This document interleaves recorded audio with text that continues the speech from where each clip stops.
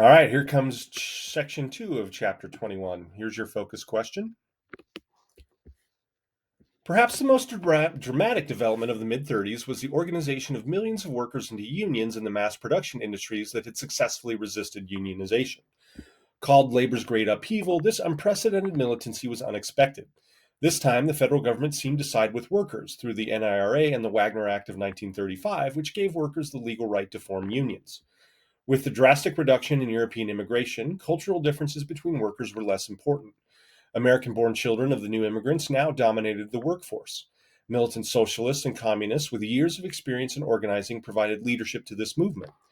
American factories were small tyrannies in which unions were rare, workers could be assaulted by supervisors and fired at will, and managers determined the length of the workday and the speed of assembly lines.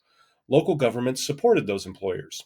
Workers demanded more than just higher wages in the 1930s. They wanted an end to employers' arbitrary rules and basic civil liberties for workers, such as the right to picket, hand out literature, and meet to discuss grievances. All these demands required union recognition. Roosevelt's election inspired those who hoped to end industrial despotism. In 1934, labor revolted. 2,000 strikes broke out, including violent, massive strikes in Toledo, Minneapolis, and San Francisco. Only a huge nationwide strike of textile workers failed to achieve any of its goals. This upheaval challenged the AFL's old model of organizing workers by craft skill rather than organizing all workers in a particular industry, such as steel, into one union. When the AFL convention in 1935 refused an appeal by 30 AFL leaders for the creation of industrial unions, John L. Lewis, the head of the United Mine Workers, forced a split that led to the creation of the Congress of Industrial Organizations, the CIO.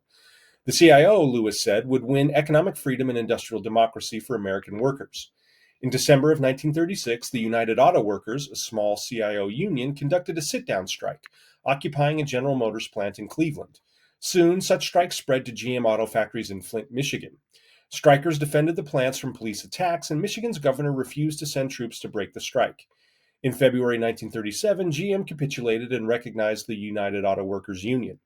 Ford did not recognize the UAW until 1941. By then, the UAW had hundreds of thousands of members. The triumph in the auto industry spread to the steel industry, which recognized unions by 1938. By 1940, around 9 million workers were in unions, double the number in 1930. Unions won rights to influence management decisions and gained new grievance and seniority procedures. Unlike the AFL, the CIO embraced positive government intervention in labor management affairs. It presented a program for federal economic and social policy, including public housing, universal health care, and unemployment and old age insurance.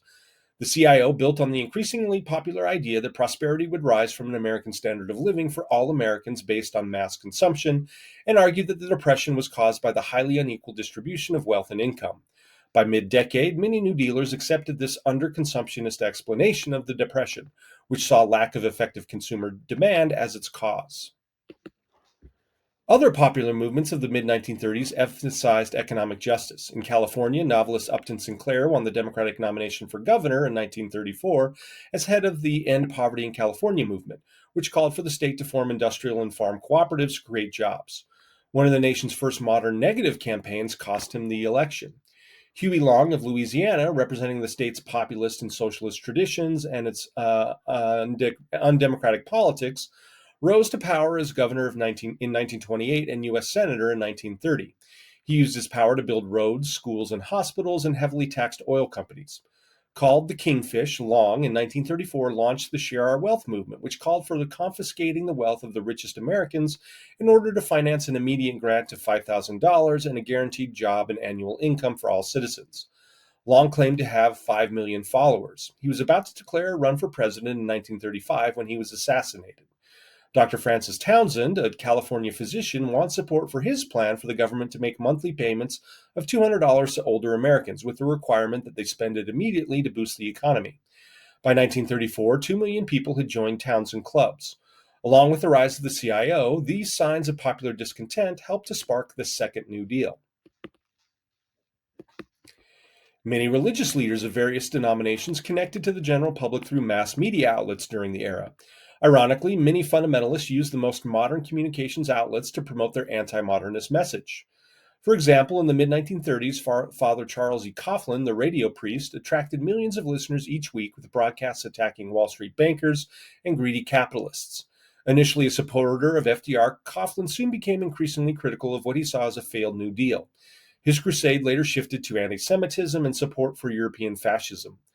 Other religious leaders took advantage of the mass media to spread their beliefs. It was a method to communicate directly with audiences instead of progressing through established denominations. For example, during the 20s, Amy Semple McPherson, a Los Angeles revivalist, had her own radio station, which broadcast her International Church of the Foursquare Gospel sermons. So that's the end of section 2. We'll be back for section 3.